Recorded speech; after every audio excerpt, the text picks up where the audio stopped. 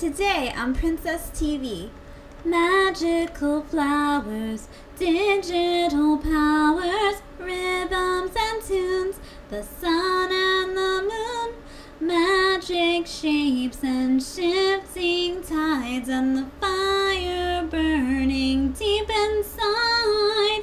We are the Winx, we are the Winx, come join the club. We are the Winx, we are the Winx, we are the Winx, come join the club. We are the Winx. So, I have a bit of an interesting relationship with Winx Club.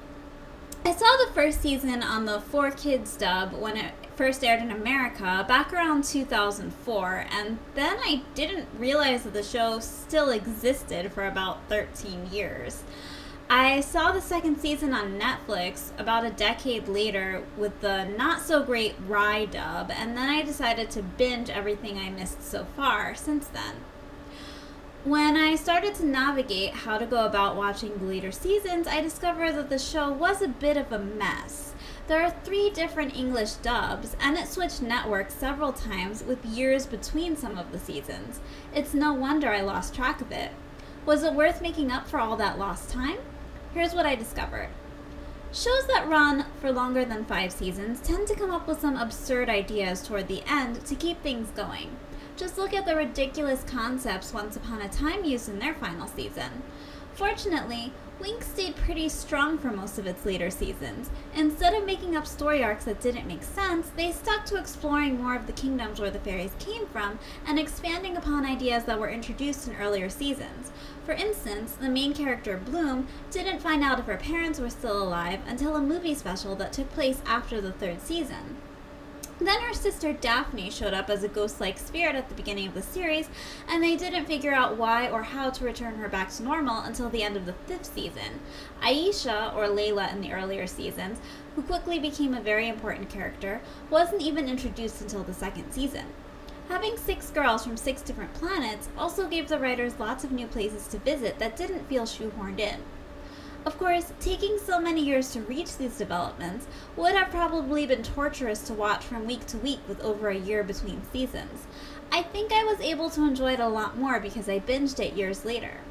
One thing I found a bit annoying in my binge session was that they defeated the tricks at the end of every season and found a way to lock them away forever, but they kept bouncing right back at the beginning of the subsequent season, more powerful than before. The fairies also got new wings and transformations every season, which I suppose is to be expected for a magical girl show that kept needing to sell new dolls. For the most part, the ever-changing costumes didn't bother me nearly as much as I thought they would, but I did like some of them a lot better than others. My favorite costume designs were the harmonics from the 5th season, and my favorite wing designs were the Bloomix from the 6th season. The concept of tacking an X onto everything in order to make it a fairy word was kind of silly, though. In truth, I was vaguely aware that the show was still running sometime around 2011 when I caught part of the Magical Adventure movie special on Nickelodeon. However, I was so put off by the hideous CGI animation that I had absolutely no interest in catching up with it at the time. Thankfully, it turned out that the Uglymation was only used for the movie specials and a very small unwatchable portion of the later seasons. I'm not quite praising the show's regular art style either. It's rather bland with anorexic-looking characters who all have the same bodies and faces, but it still works better than the same style in CGI. I am, however, a fan of the animated glitter on their wings, which improved with each passing season.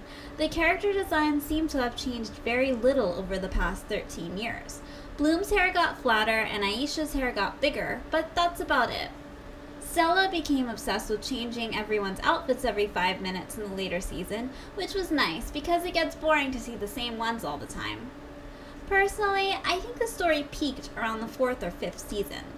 The first 3 seasons followed the girls' time studying magic at Althea College and their adventures along the way.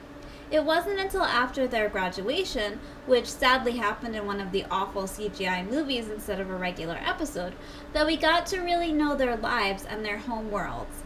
Stella's kingdom of Solaria was explored a little earlier in the 3rd season when her father was cursed, ruining the royal ball in her honor. The fourth season explored the idea of bringing magic to Earth and gaining power from humans' beliefs in fairies. It also introduced a new character, Roxy, the last fairy on Earth. My favorite kingdom was Aisha's homeworld of Andros because it was full of mermaids. The underwater scenery was breathtaking, and the designs for the Selkies, who looked like mermaid pixies, was very unique. It was interesting to see how differently the mermaids ran their kingdom from the humans. I did think it was weird that Aisha and her parents were human when her uncle and cousins were mermen, and there did not seem to be any other humans in her home world. I might get some flack for this, but I thought Winx Club did a better job of making their cast diverse than Sailor Moon, which had a similarly large cast of magical girls. The fact that each fairy's talent was also represented by their personality made it very easy to tell their mentalities apart without having to read into the dialogue too much. Bloom was a feisty and stubborn leader, Tecna was smart and introverted, Stella was vain and obsessed with clothes, Flora was warm and nurturing, Musa was modern and hip, and Aisha was athletic and energetic. Many of their relationships felt shoehorned in, but I liked that they didn't all get boyfriends in the first season. I also liked that Musa and Ribbon were constantly having problems because, well, he was kind of a jerk. It wouldn't have been right to make it look like their relationship magically erased all of his flaws. I'm glad she broke up with him later on and focused more on herself. The most interesting guy in the show was Aisha's love interest, Naboo, who they had to go and kill off like a bunch of jerks. Nope, I'm never going to live that one down.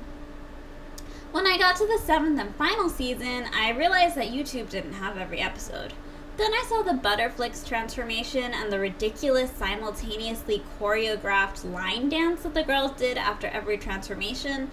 Suddenly, I was okay with not being able to watch the whole thing. The 7th season also introduced time travel. When a show brings in time travel, you know they've truly run out of ideas. I hate to bring up Once Upon a Time again, so I won't. As far as I'm concerned, the main show ended after season 6, when Bloom's family was reunited and her sister got married and was crowned heir to the throne of Domino. Overall, I'm glad I caught up with most of the seasons I'd missed, because it was very interesting to explore the worlds where the girls came from. In the first season, I was under the impression that they were all princesses, but it turns out it's only half the cast. That's a shame because I think Flora, Tecna, and Musa would all make fantastic princesses. I'd loved seeing all their glittery new wings and learning more about where Bloom came from. She's basically the Superman of fairies, having been raised on Earth. The only things I could have done without were the tacky CGI specials and the add-ons in the later seasons. If you're like me and only saw the first 4 seasons where the fairies were attending Althea College, I definitely recommend giving seasons 4 through 6 a whirl. That's it for today, guys! Thanks for watching my channel! If you enjoyed this video, please like, subscribe, and let me know in the comments which princess or princesses you'd like to hear about next. Check the video description for all relevant links, and remember to always follow your dreams.